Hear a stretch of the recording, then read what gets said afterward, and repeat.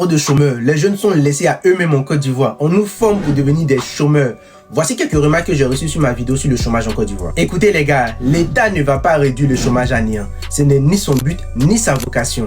Je sais, ce n'est pas bien pour la jeunesse et la population ivoirienne, mais comme je l'ai dit plusieurs fois, l'État n'est pas là pour ton bien-être. L'État est là pour servir la bourgeoisie ivoirienne qui est subordonnée aux grandes bourgeoiseries et capitalistes étrangères pour qu'ils puissent créer un environnement d'affaires idéal en Côte d'Ivoire et maximiser leurs profits.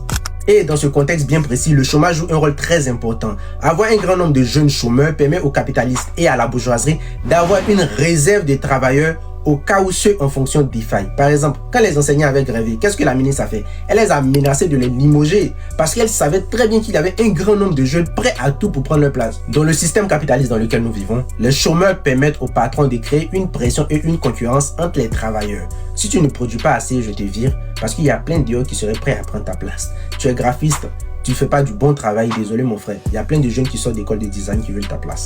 Donc l'État doit maintenir et occuper cette réserve des travailleurs sans emploi car cela permet d'augmenter la force de production dans les périodes de forte productivité et de diminuer la force de production dans les périodes de faible productivité. Car s'il n'y a pas de chômeurs, imaginez une entreprise qui veut l'embaucher rapidement. S'il n'y a pas de chômeurs, elle fait comment? Elle est obligée d'aller débaucher quelqu'un et le payer plus cher pour qu'il puisse quitter son poste. La présence de chômeurs permet aux patrons de mettre une pression constante sur les employés, menaçant ceux qui s'opposent à eux de leur renvoyer, de les remplacer par des chômeurs désespérés de retrouver un emploi. Cela permet de maintenir les salaires au plus bas, juste assez pour que les travailleurs puissent survivre. En Côte d'Ivoire, dans le système capitaliste généralement, chômeurs et travailleurs sont condamnés à coexister, car l'un sert de moyen de pression à l'autre. S'il n'y avait pas autant de chômeurs en Côte d'Ivoire, il serait plus difficile de nous faire accepter le SMIC à 75 000 francs. S'il y a moins de chômeurs, il y a moins de main-d'œuvre disponible immédiatement, ce qui sera plus difficile pour mon patron de me remplacer au cas où je ne l'arrange pas, ce qui me mettra en situation de force sur lui.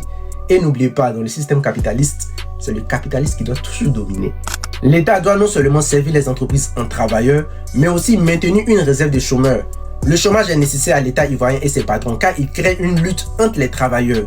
Pour nous, la main-d'œuvre, le seul moyen d'arriver au plein emploi, c'est de renverser la dictature bourgeoise. À partir de maintenant, appelez-moi Karl Marx de Koumassi. Sinon, combattre le chômage en lui-même n'a aucun sens, sauf à se positionner comme tous les politiciens qui ne sont que des gestionnaires de l'ordre social bourgeois. Les politiciens sont au service de la bourgeoisie. Certains même en font partie. J'ai pas envie de citer les noms. Ils vont toujours